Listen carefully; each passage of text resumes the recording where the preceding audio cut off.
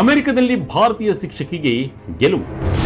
ಅಕ್ರಮವಾಗಿ ಜೈಲಿಗೆ ತಳ್ಳಿದ್ದ ಐಸಿಇಗೆ court class. ವೀಕ್ಷಕರೇ, ಮೊನ್ನೆಯಷ್ಟೇ ಒಂದು ವಿಡಿಯೋ ಮಾಡಿದ್ದೆ. ಅಮೆರಿಕದಲ್ಲಿ ಏನೂ ತಪ್ಪು ಮಾಡದೇ ಇದ್ದರು ಕೋರ್ಟ್ ಅರೆಸ್ಟ್ ಮಾಡಬೇಡ ಅಂತ ಹೇಳಿದ್ರು ಕೂಡ ವೃದ್ಧ ಶಿಕ್ಷಕಿಯನ್ನ ಅಮೆರಿಕದ ವಲಸೆ ಅಧಿಕಾರಿಗಳು ಅರೆಸ್ಟ್ ಮಾಡಿದ್ದರು. ವೆಂಕಟ ವಾಸಂ ಶೆಟ್ಟಿ ಎಂಬ ವೃದ್ಧೆ ಕಳೆದ 30 ವರ್ಷಗಳಿಂದ ಅಮೆರಿಕದಲ್ಲಿ ಕಾನೂನುಬದ್ಧವಾಗಿ ವಾಸ ಮಾಡ್ತಾ ಇದ್ದರೂ ಕೂಡ ಇಲ್ಲಸಲ್ಲದ ಆರೋಪ ಮಾಡಿ ಬಂಧಿಸಲಾಗಿತ್ತು. ಈಗ ಅಮೆರಿಕದ ಕೋರ್ಟ್ನಲ್ಲಿ ಭರ್ಜರಿ ಗೆಲುವು ಸಿಕ್ಕಿದೆ. ಕಳೆದ 2 ವಾರಗಳಿಂದ ಜೈಲಿನಲ್ಲಿ ನರಕ ಯಾತನೆ ಅನುಭವಿಸುತ್ತಿದ್ದ ಈ ಹಿರಿಯ ಜೀವದ ಪರವಾಗಿ ಈಗ ಇಡೀ ಸಮುದಾಯವೇ ಒಂದಾಗಿ ನಿಂತಿತ್ತು. ಫ್ರೀ ವೆಂಕಟ ಎಂಬ ಅಭಿಯಾನವನ್ನ ಹಮ್ಮಿಕೊಂಡಿತ್ತು. ಇವರೆಲ್ಲರ ಪರಿಶ್ರಮದಿಂದ ಈಗ ಅಜ್ಜಿಗೆ ಗೆಲುವು ಸಿಕ್ಕಿದೆ. ಜೈಲಿನಿಂದ ಬಿಡುಗಡೆ ಕೂಡ ಆಗಿದೆ. ಅಷ್ಟಕ್ಕೂ ವೆಂಕಟ ಅವರ ಮೇಲೆ ನಡೆದ ಆ ಅನ್ಯಾಯವೇನು? ನ್ಯಾಯಾಧೀಶರು ಇಮಿಗ್ರೇಷನ್ ಅಧಿಕಾರಿಗಳನ್ನ ತರಾಟೆಗೆ ತೆಗೆದುಕೊಂಡಿದ್ಯಾಕೆ? ಇಲ್ಲಿದೆ ಕಂಪ್ಲೀಟ್ ಸ್ಟೋರಿ.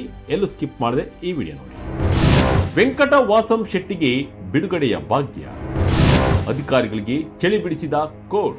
ಎಸ್ ವೀಕ್ಷಕರೇ, 8,000 ಜನರು ಈ ವೃದ್ಧೆಯ ಬಿಡುಗಡೆಗಾಗಿ ದೊಡ್ಡ ಅಭಿಯಾನವನ್ನೇ ಹಮ್ಮಿಕೊಂಡಿದ್ದರು. ಕೊನೆಗೂ ಇವರ ಅಭಿಯಾನಕ್ಕೆ ಮಣಿದು ಅಮೆರಿಕ ಸರ್ಕಾರ ಈ ಶಿಕ್ಷಕಿಗೆ ಬಿಡುಗಡೆಯ ಭಾಗ್ಯವನ್ನು ಕರುಣಿಸಿದೆ. ಕಳೆದ 2 ವಾರಗಳಿಂದ ಜಾರ್ಜಿಯಾದ ಐಸಿಇ ಡಿಟೆನ್ಷನ್ ಸೆಂಟರ್ನಲ್ಲಿ ಬಂದಿಯಾಗಿದ್ದ ವೆಂಕಟ ವಾಸಂ ಶೆಟ್ಟಿ ಅವರಿಗೆ ಈಗ ನ್ಯಾಯ ಸಿಕ್ಕಿದೆ.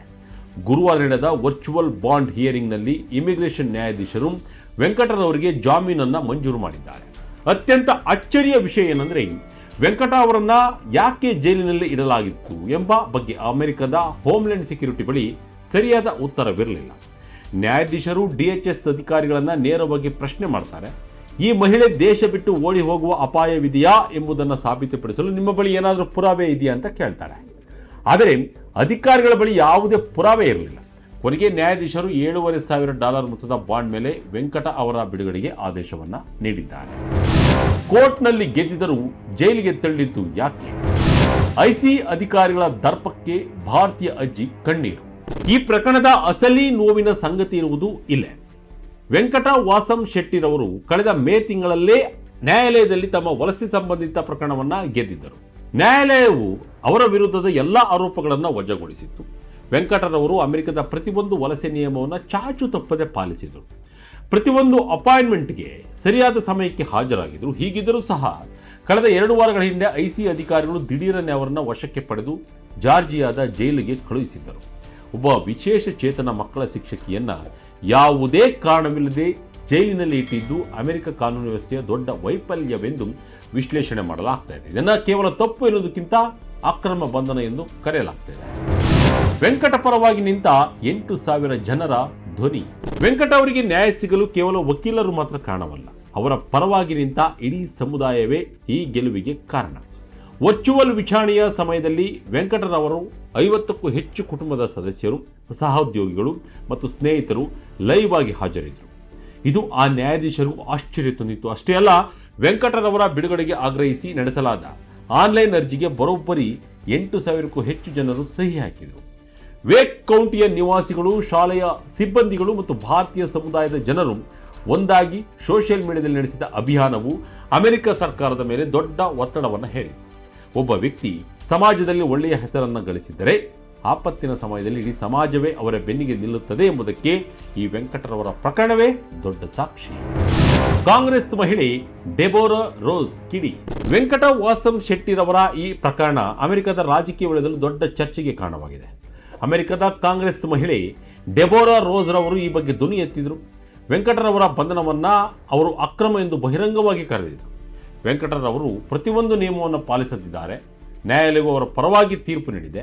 ಹೀಗಿದ್ದರೂ ಅವರನ್ನು ಬಂಧಿಸುವುದು ಮಾನವ ಹಕ್ಕುಗಳ ಉಲ್ಲಂಘನೆ ಎಂದು ಅವರು ಅಧಿಕಾರಿಗಳನ್ನು ತರಾಟೆಗೆ ತೆಗೆದುಕೊಂಡಿದ್ದರು. ರಾಜಕೀಯ ನಾಯಕರು ಮತ್ತು ಸಾರ್ವಜನಿಕರು ಒಂದೇ ಧ್ವನಿಯಲ್ಲಿ ಅನ್ಯಾಯದ ವಿರುದ್ಧ ಹೋರಾಡಿದ್ದರಿಂದ ಇಂದು ವೆಂಕಟರವರು ಮತ್ತೆ ತಮ್ಮ ಮಕ್ಕಳ ಮತ್ತು ಮೊಮ್ಮಕ್ಕಳ ಜೊತೆ ಸೇರಲು ಸಾಧ್ಯವಾಗ್ತಾ ಇದೆ. ವೆಂಕಟರವರ ಮನೆಯಲ್ಲಿ ಹಬ್ಬದ ವಾತಾವರಣ. ವಿಶೇಷ ಚೇತನ ಮಕ್ಕಳ ಶಿಕ್ಷಕಿಗೆ ವೇಕ್ ಕೌಂಟಿ ಸ್ವಾಗತ. ವೆಂಕಟರವರು ಕೇವಲ ಒಬ್ಬ ಅಜ್ಜಿ ಅಲ್ಲ, ಅವರ ವೇಕ್ ಕೌಂಟಿಯ ಶಾಲೆಯಲ್ಲಿ ವಿಶೇಷ ಚೇತನ ಮಕ್ಕಳಿಗೆ ಪಾಠ ಮಾಡುವ ಅತ್ಯಂತ ಪ್ರೀತಿಯ ಶಿಕ್ಷಕಿ.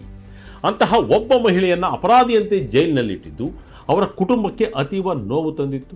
ಕಳೆದ 15 ದಿನಗಳು ಆ ಕುಟುಂಬಕ್ಕೆ ಒಂದು ಭಯಾನಕ ಕನಸಿನಂತಿದ್ದವು. ಈಗ ಜಾಮೀನು ಸಿಕ್ಕಿರುವ ಸುದ್ದಿ ತಿಳಿದಿದ್ದಂತೆ ಕ್ಯಾರಿಯ ಅವರ ಮನೆಯಲ್ಲಿ ಹಬ್ಬದ ವಾತಾವರಣ ನಿರ್ಮಾಣವಾಗಿದೆ. ವೆಂಕಟ್ ಅವರ ಮನೆಗೆ ಮರಳುತ್ತಿರುವುದು ನಮಗೆ ಅತೀವ ಸಂತೋಷ ತಂದಿದೆ. ಅವರು ಅನುಭವಿಸಿದ ಈ ನರಕ ಯಾತನೆ ಇನ್ಯಾರಿಗೂ ಬರಬಾರದು ಅಂತ ಹಿತೈಷಿಗಳು ಕಣ್ಣೀರು ಹಾಕ್ತಿದ್ದಾರೆ. ಇಡೀ ವೇಕ್ ಕೌಂಟಿ ಈಗ ತಮ್ಮ ನೆಚ್ಚಿನ ಶಿಕ್ಷಕಿಯನ್ನು ಅದ್ದೂರಿಯಾಗಿ ಬರಮಾಡಿಕೊಳ್ಳಲು ಸಜ್ಜಾಗ್ತಾ ಇದೆ. ಭಾರತ ಪ್ರಯಾಣ 7 ತಿಂಗಳ ವಿಳಂಬ, ಸಂಕಷ್ಟ ತಂದಿಟ್ಟ 6 ತಿಂಗಳ ರೂಲ್ಸ್. ಈ ಪ್ರಕರಣವು ಅಮೆರಿಕದ ವಲಸೆ ನೀತಿಯಲ್ಲಿ ಲೋಪದೋಷಗಳನ್ನು ಎತ್ತಿ ತೋರಿಸಿದೆ. ಟ್ರಂಪ್ ಆಡಳಿತವು ವಲಸಿಗರ ವಿರುದ್ಧ ಕಠಿಣ ಕ್ರಮಗಳನ್ನು ಜರುಗಿಸುತ್ತಿರುವಾಗ ವೆಂಕಟ ಅವರಂತಹ ಕಾನೂನುಬದ್ಧವಾಗಿ ನೆಲೆಸಿರುವವರು ಕೂಡ ಇದರ ಬಲಿಪಶುಗಳಾಗುತ್ತಿರುವುದು ಆತಂಕಕಾರಿ. ಹೌದು, ಈ ಇಡೀ ಪ್ರಕರಣ ಆರಂಭವಾಗಿದ್ದು ಜುಲೈ 2022ರಲ್ಲಿ. ವೆಂಕಟರವರ ತಂದೆಗೆ ತೀವ್ರ ಅನಾರೋಗ್ಯ ಉಂಟಾದ ಕಾರಣ ಅವರನ್ನು ನೋಡಿಕೊಳ್ಳಲು ವೆಂಕಟ ಭಾರತಕ್ಕೆ ಪ್ರಯಾಣ ಬೆಳೆಸ್ತಾರೆ. ಆದರೆ ದುರಾದೃಷ್ಟವಶಾತ್ ನವೆಂಬರ್ 2022ರಲ್ಲಿ ವೆಂಕಟರವರಿಗೆ ತೀವ್ರ ರೀತಿಯ ಕೋವಿಡ್-19 ಸೋಂಕು ತಗುಲುತ್ತೆ. ಅವರ ಶ್ವಾಸಕೋಶದ ಸಮಸ್ಯೆ ಉಲ್ಬಣಗೊಂಡು ಭಾರತದಲ್ಲಿ ಸುಮಾರು 2 ವಾರಗಳ ಕಾಲ ಆಸ್ಪತ್ರೆಗೆ ದಾಖಲಾಗಬೇಕಾಗುತ್ತದೆ. ವೈದ್ಯಕೀಯ ತುರ್ತು ಪರಿಸ್ಥಿತಿಯಿಂದಾಗಿ ಅವರು ತಕ್ಷಣ ಅಮೆರಿಕಕ್ಕೆ ಹಿಂದಿರುಗಲು ಸಾಧ್ಯವಾಗಲಿಲ್ಲ. ಅಂತಿಮವಾಗಿ ಚೇತರಿಸಿಕೊಂಡ ನಂತರ ಫೆಬ್ರವರಿ 2023ರಲ್ಲಿ ಅವರು ಅಮೆರಿಕಕ್ಕೆ ವಾಪಸ್ ಬರ್ತಾರೆ.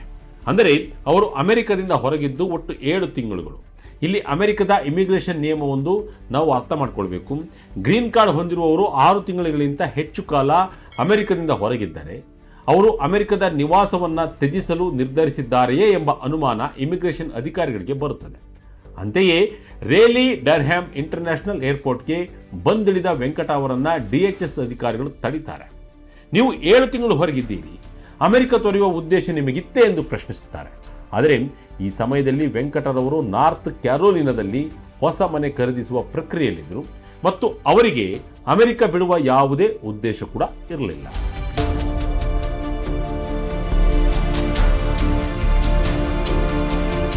ಒಟ್ಟಾರೆಯಾಗಿ ಹೇಳುವುದಾದರೆ ವೆಂಕಟ ವಾಸಂ ಶೆಟ್ಟಿರವರ ಈ ಪ್ರಕರಣವು ನ್ಯಾಯ ಮತ್ತು ಜನಶಕ್ತಿಯ ಅದ್ಭುತ ಗೆಲುವಿಗೆ ಸಾಕ್ಷಿಯಾಗಿದೆ. ಯಾವುದೇ ತಪ್ಪು ಮಾಡದಿದ್ದರೂ ಕಾನೂನುಬದ್ಧವಾಗಿ ನೆಲೆಸಿದ್ದರೂ ಜೈಲು ಸೇರಿದ್ದ ಈ ಹಿರಿಯ ಶಿಕ್ಷಕಿಯ ಪರವಾಗಿ ಇಡೀ ಭಾರತೀಯ ಸಮುದಾಯ ಮತ್ತು ಅಮೆರಿಕದ ಸ್ಥಳೀಯರು ಒಂದಾಗಿ ನಿಂತಿದ್ದು ಶ್ಲಾಘನೀಯ. ICE ಅಧಿಕಾರಿಗಳ ದರ್ಪ ಮತ್ತು ಅಕ್ರಮ ಬಂಧನದ ವಿರುದ್ಧ ನ್ಯಾಯಾಲಯ ನೀಡಿದ ಈ ತೀರ್ಪು ವ್ಯವಸ್ಥೆಯ ಮೇಲಿನ ನಂಬಿಕೆಯನ್ನು ಮರುಸ್ಥಾಪಿಸಿದೆ. 8,000 ಜನರ ಸಹಿ ಹಾಗೂ ಜನಪ್ರತಿನಿಧಿಗಳ ಬೆಂಬಲವು ಅನ್ಯಾಯದ ವಿರುದ್ಧ ಹೋರಾಟಕ್ಕೆ ದೊಡ್ಡ ಶಕ್ತಿ ತುಂಬಿತು. ಅಮೆರಿಕದ ವಲಸೆ ನೀತಿಯಲ್ಲಿನ ಲೋಪದೋಷಗಳು ಮುಗ್ಧರನ್ನ ಕಾಡಬಾರದು ಎಂಬುದು ಈ ಪ್ರಕರಣದ ನೀಡುವ ಪ್ರಮುಖ ಪಾಠವಾಗಿದೆ. ಸಂಘಟಿತ ಹೋರಾಟ ಮತ್ತು ಸತ್ಯದ ಹಾದಿಯಲ್ಲಿದ್ದರೆ ಅಂತಿಮವಾಗಿ ನ್ಯಾಯ ಸಿಕ್ಕೇ ಸಿಗುತ್ತದೆ ಎಂಬುದಕ್ಕೆ ವೆಂಕಟರವರ ಬಿಡುಗಡೆಯೇ ಸಾಕ್ಷಿ. ಇದು ಕೇವಲ ಒಬ್ಬ ಶಿಕ್ಷಕಿಯ ಗೆಲುವಲ್ಲ, ಅನ್ಯಾಯದ ವಿರುದ್ಧ ಧ್ವನಿ ಎತ್ತಿದ ಪ್ರತಿಯೊಬ್ಬರ ಗೆಲುವು. ಇದಾಗಿತ್ತು ಕ್ಷಣದ ಅಪ್ಡೇಟ್. ಇದೇ ರೀತಿಯ ಅಪ್ಡೇಟ್ಗಳಿಗಾಗಿ ವಿಜಯ ಕನಕ website, YouTube page, Facebook page follow ಮಾಡ್ತಾ ಇರಿ. ಧನ್ಯವಾದಗಳು.